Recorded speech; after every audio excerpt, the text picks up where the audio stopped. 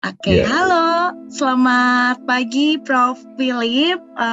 Bagaimana kabarnya nih? ya baik-baik saja. Ya, moga-moga semua dari kita juga sehat-sehat aja. Syukur ya kalau begitu baik-baik saja. Nah, mungkin Sobat Milenial ini ingin mengenal lebih dalam nih dengan Prof nih. Boleh dong Prof diperkenalkan diri terlebih dahulu. Saya merupakan seorang Buddhis tentu aja. Kemudian selama puluhan tahun mungkin saya banyak berkecimpung di berbagai bidang dengan membawa status diri sebagai seorang Buddhis. Jadi saya ada di industri, ada di bisnis, ada di bidang pendidikan tinggi, ada di sosial, ada di agama, ada di berbagai bidang lah. Nanti kita sebut terlalu panjang. Tapi kalau khusus topik hari ini tentu aja saya sebagai seorang agamawan, saya sebagai Ketua Umum dari Persatuan Umat Buddha Indonesia atau disingkat Permabudi. Nah, saya sebagai hari ini sebagai objek yang diwawancarai oleh IDN Times oleh Ibu Larsati.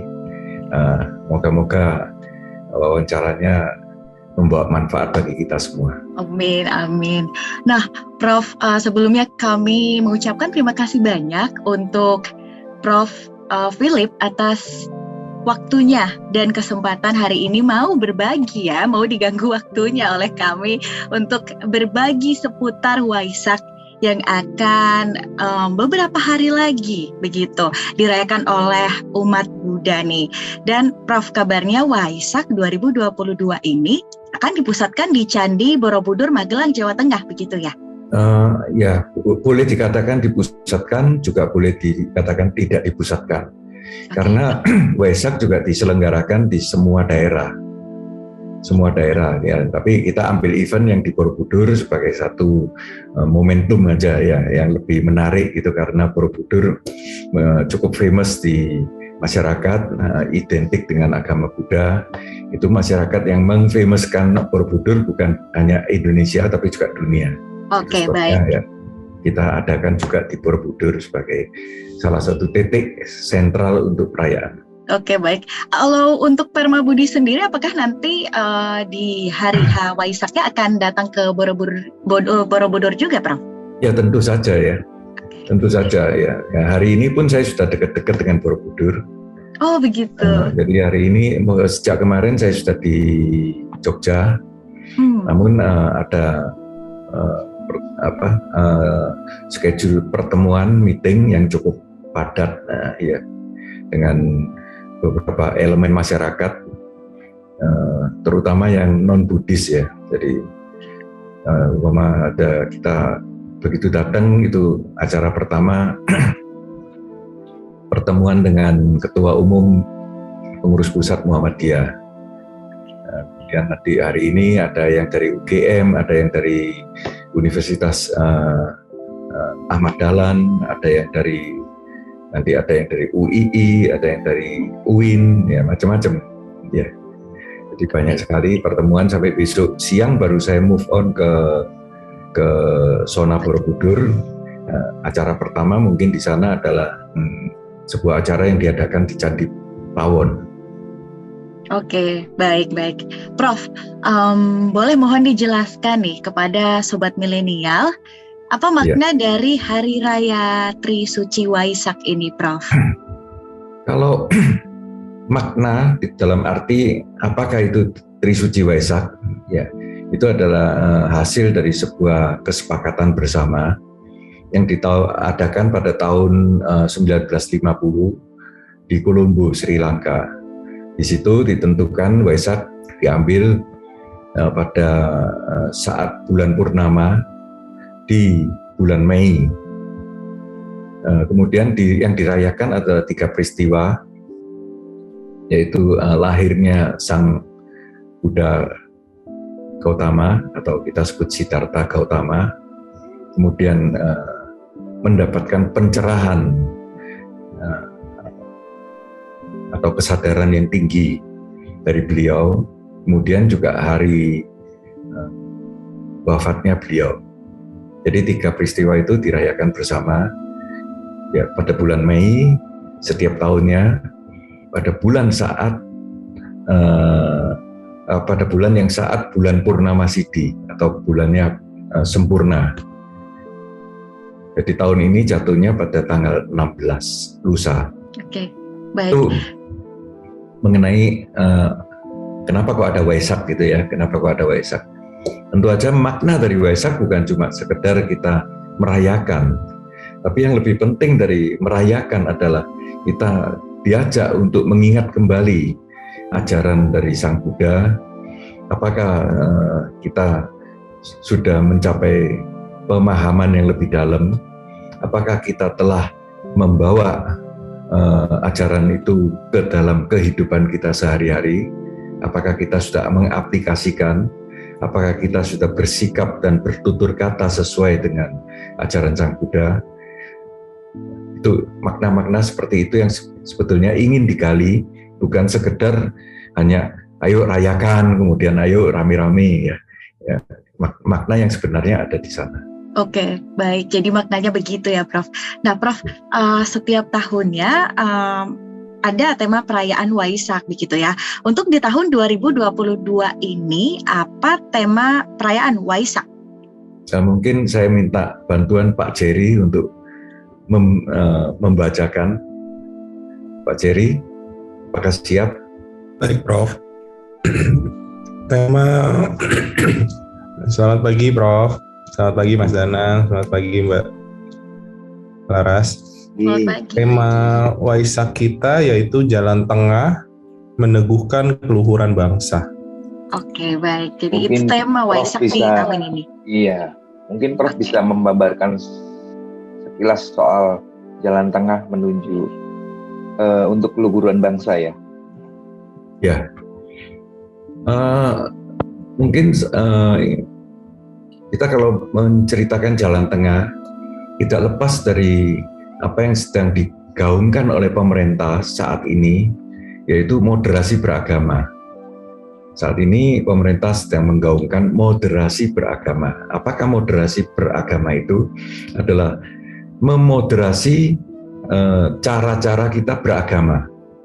Bukan agamanya yang dimoderasi, tapi cara-cara kita. Cara apa yang ingin dimoderasi? Kita ingin tidak terlalu ekstrem kanan, tidak terlalu ekstrem kiri. Karena dunia makin lama kelihatan makin terpecah, mempolarisir ke dua kutub yang berbeda. Nah, kita perlu mengambil sikap di tengah. Itu sebabnya di tahun sebelum COVID melanda Indonesia, itu tahun 2018, persisnya menjelang 17 Agustus, kita beberapa tokoh agama yang bergabung di dalam Central for Dialogue and Cooperation Among Civilization, atau kita singkat sebagai CDCC, kita menyelenggarakan sebuah acara yang bersifat global, yaitu World Peace Forum atau Forum Perdamaian Dunia yang ke-7. Kita adakan di Jakarta waktu itu. Hadir di acara itu bukan hanya penyelenggara atau beberapa audien aja, tapi kita lebih seru lagi karena dihadiri beberapa petinggi negara, beberapa petinggi agama dari total 43 negara. Jadi itu merupakan sebuah event yang cukup besar. Di situ kita menggunakan tema The Middle Path of the World Civilization, artinya jalan tengah untuk peradaban dunia. Nah, di situ dijabarkan jalan tengah itu seperti apa, pandangan jalan tengah itu dari mana, kemudian juga jalan tengah untuk agama. Nah, jalan tengah untuk agama ini selaras, bukan bularas ya, selaras dengan moderasi beragama oleh pemerintah. Baik. Nah, sekitar setahun kemudian, persisnya 2019, waktu itu pemerintah men-launch, waktu itu Menteri Agama masih Bapak Lukman Hakim Saifuddin. Pemerintah meluncurkan buku berjudul Moderasi Beragama. Moderasi Beragama. Disitulah saya ingat sekali rekan saya Profesor Komarudin Hidayat yang diundang sebagai pembicara di acara itu. Beliau menggarisbawahi bahwa arti dari moderasi beragama muncul karena ada dua kutub ekstrim, yang ekstrim kanan dan yang ekstrim kiri, yang tadi saya sebut itu. Nah, ekstrim kanan terlalu berpaku pada teks dan cenderung mengabaikan konteks. Nah, yang ekstrem kiri sebaliknya, gitu. Nah, itulah yang terjadi, yang kita sebut tadi polarisasi kedua kutub yang berbeda. Makin lama makin jauh. Kalau makin jauh, gapnya makin dalam. Dengan demikian, tentu aja ketidakharmonisan akan sangat terasakan. Maka moderasi beragama itu berada di tengah-tengah, kita memoderasi dari dua kutub ekstrem itu. Makanya kita menggunakan tema Waisak tahun ini juga menggunakan jalan tengah itu, sesuai dengan apa yang digulirkan dan diajak oleh pemerintah. Ayo kita laksanakan bersama-sama untuk kepentingan bangsa. Baik, Prof. Nah, Prof, Sobat Milenial juga ingin tahu ya, mungkin bagi yang beragama Buddha sudah tahu nih, tapi kita pengen tanya ke Prof nih, apa saja sih Prof tradisi ataupun hal wajib yang akan dilakukan saat Hari Raya Waisak, Prof? Yang paling wajib adalah kembali ke hal-hal yang sangat fundamental. Dalam agama Buddha tentu aja kita semua ada, mungkin bahasa umumnya adalah kita melakukan semedi, kita melakukan perenungan diri, kita melakukan pembersihan pikiran, kita mereview diri kita, apakah kita sudah lakukan hal yang benar, apakah kita sedang menanam karma yang baik, dan sebagainya dan sebagainya. Nah, sementara yang lain-lain itu kita sebut ritual. Ritual itu bisa berbagai macam. Mungkin kita perayaan di Candi Borobudur, itu ritual. Ya, kita cari tempat yang suci, yang representasikan agama Buddha, makanya kita pilih Candi Borobudur. Nah, dalam ritual itu tentu aja banyak hal. Mungkin ada rame-rame bikin ini, rame-rame bikin itu ya. Umpama kalau di Candi Borobudur biasa ada prosesi jalan dari Mendut menuju ke Borobudur. Karena kita percaya bahwa orang zaman dulu membangun serangkaian candi di sana dengan peletaan yang unik itu, tentu aja mempunyai korelasi yang dan makna yang mungkin kita belum sepenuhnya memahami. Jadi kita coba melakukan jalan ulang untuk ya sebagai prosesi mengenang. Di samping itu ada juga umpama pengambilan air suci nanti untuk sembahyang, pengambilan api suci nanti untuk sembahyang, dan banyak lagi ya. Itu ritual-ritual bisa aja satu sama yang lain di dalam majelis-majelis agama Buddha beda, tidak semuanya sama. Gitu. Kira-kira demikian. Oke, begitu. Kita sudah kurang lebih 2 tahun gitu ya, Prof, dilanda oleh pandemi COVID-19 gitu, dan Waisak tahun ini juga dirayakan pada saat pandemi nih. Nah, Prof, dari Prof sendiri, adakah imbauan kepada umat Buddha saat Waisak kali ini yang juga dilakukan saat pandemi? Ya, Waisak adalah sebuah hari raya yang mau nggak mau kita rayakan. Mungkin rayakan dalam skala yang sangat kecil dalam keluarga. Mungkin rayakan dalam skala yang lebih besar di dalam komunitasnya. atau mungkin rayakan lebih besar lagi, termasuk perayaan di Candi Borobudur. Namun kita perlu ingat bahwa pandemi itu belum sepenuhnya berlalu. Ya, setiap hari masih ada puluhan manusia meninggal gara-gara pandemi di Indonesia. Sementara di dunia, di saat kita sekarang hampir borderless dengan dunia luar, jadi kita nggak susah sekali untuk memblok Indonesia sendiri yang aman, itu susah. Nah, di dunia di luar itu pandemi masih berkecamuk, walaupun beberapa negara menutup mata ya, mengabaikan ya, karena sudah tidak mampu lagi untuk terus mengurusi sampai ke detailnya. Umpama bulan lalu diumumkan negara yang paling banyak menderita atau sebagai kasus baru penderita pandemi COVID-19 ini adalah Jerman. Jadi dalam 1 bulan itu ada sekitar 2,5 juta orang yang kena virus COVID ini. Itu angka yang luar biasa. Baru ranking kedua diduduki oleh Amerika, dan selanjutnya ada Inggris, ada macam-macam negara.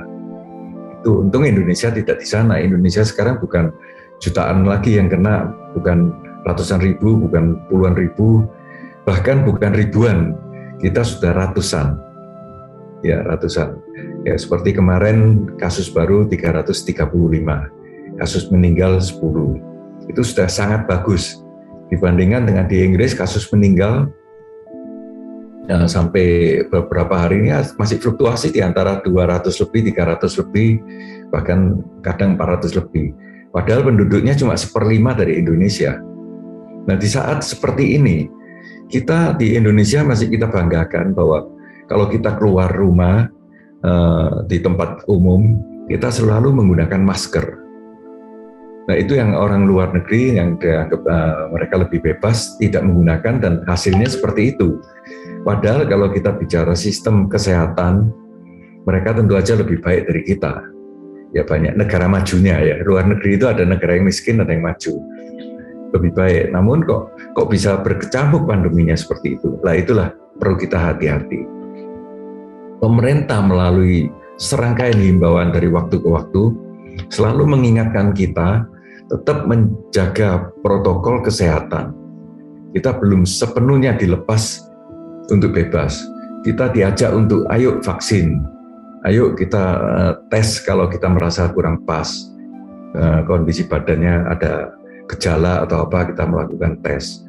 Dan kita ngurangi berkerumun banyak manusia. Nah, disitulah kita 2 tahun kita sangat ketat melakukan itu. Bahkan kita hanya melakukan acara Waisak dalam skala yang sangat kecil, tapi di mana-mana. Itu yang kita lakukan. Bahkan kunjungan ke vihara aja kita batasi. Ya, sangat batasi, bukan dibatasi aja, sangat dibatasi. Itu yang telah kita laksanakan. Di tahun ini kelihatan sudah lebih bebas, pemerintah sudah memberikan kebebasan bagi kita. Kita boleh jalan kemana-mana asal sudah vaksin 3 kali, kita boleh ini, boleh itu ya. Namun kita tetap harus hati-hati. Moga-moga seluruh, bukan cuma umat Buddha aja yang hati-hati, tapi seluruh bangsa Indonesia, seluruh rakyatnya sama-sama kita hati-hati, karena kehati-hatian itu menjaga diri kita, menjaga keluarga kita, dan juga menjaga orang sekeliling kita. Kira-kira demikian, itu yang mungkin hal yang perlu kita perhatikan. Tapi di samping itu tadi mengenai kesehatan.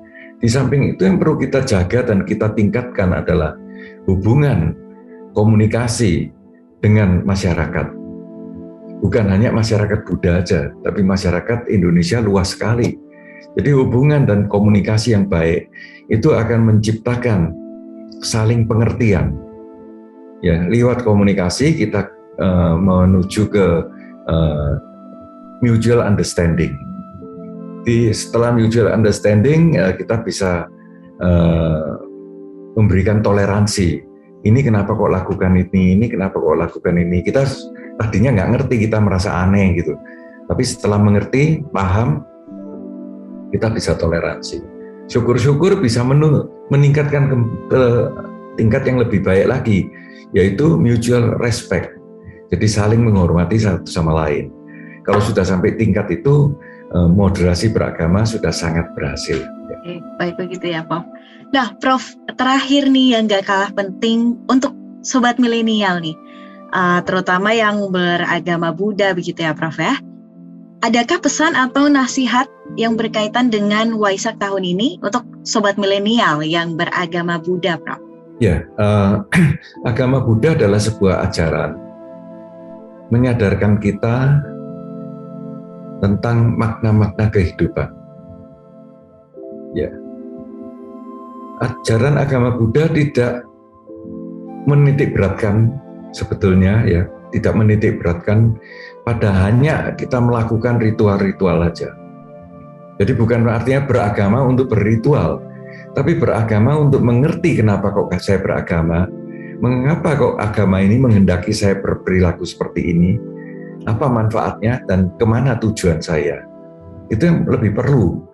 Jadi memahami agama dan membawakan agama itu ke dalam kehidupan sehari-hari, membuat kita lebih beretika, sopan, dan meningkatkan moralitas kita, menjaga perasaan orang lain, dan sebagainya. Itu hal yang lebih penting daripada kita sekedar cuma saya beragama ini, saya sudah tiap minggu ke sini atau tiap bulan saya sembahyang di wihara. Bukan itu aja. Sembahyang dan kumpul itu adalah untuk saling mengasah, saling bertukar pikiran, saling memberikan sinergi supaya ayo kita lebih semangat untuk berbuat lebih baik dan lebih baik lagi. Tapi diri kita perlu kita bersihkan, perlu kita memikirkan bahwa inilah jalan yang saya pilih. Jadi sahabat milenial dalam beragama Buddha, ayo kita renungkan, ayo kita pelajari apa sih sebetulnya hakiki dari ajaran itu sendiri. Apakah kita telah mencapai kesadaran yang ada di dalam agama Buddha? Nah, kalau kita sudah mulai sadar, ya kita akan lebih baik dan lebih baik. Kita sebagai manusia biasa, kesadaran itu tidak terjadi seperti sang Buddha Gautama gitu. Tapi kesadaran ini merupakan kumulasi dari kesadaran kita dari waktu ke waktu. Kumulasi dari kesadaran kita dan kematangan jiwa kita. Jadi kesadaran itu bisa digali dari waktu ke waktu dan ditingkatkan dari waktu ke waktu. Moga-moga semua umat Buddha berbahagia. Oke, baik, amin. Oke Sobat Milenial, itu tadi sharing-sharing juga informasi dan wejangan ya untuk para Sobat Milenial terutama yang beragama Buddha. Well, terima kasih untuk Prof. Philip atas kesempatan sharing-sharing dan waktunya bersama IDN Times. Tentunya sangat bermanfaat dan selamat merayakan Hari Raya Waisak ya Prof ya. Semoga berjalan lancar agenda-agendanya. Amin. Dan terima kasih juga untuk Pak Jerry dan juga Pak Danang sudah mendampingi begitu. Baik Prof. Kurang lebih seperti itu. Terima kasih dan semoga bisa berjumpa di lain waktu ya. Ya, kesempatan kita diberi untuk ikut berinteraksi dengan para pemirsa dari IDN Times. Moga-moga Bu Narasati dan juga para pemirsa semua dalam keadaan sehat dan moga-moga IDN Times makin jaya dan sukses. Amin. Amin. Terima kasih Prof. Selamat Hari Raya Waisak untuk Prof. Philip, Pak Jerry, Pak Danang, juga segenap tim. Iya, sampai jumpa.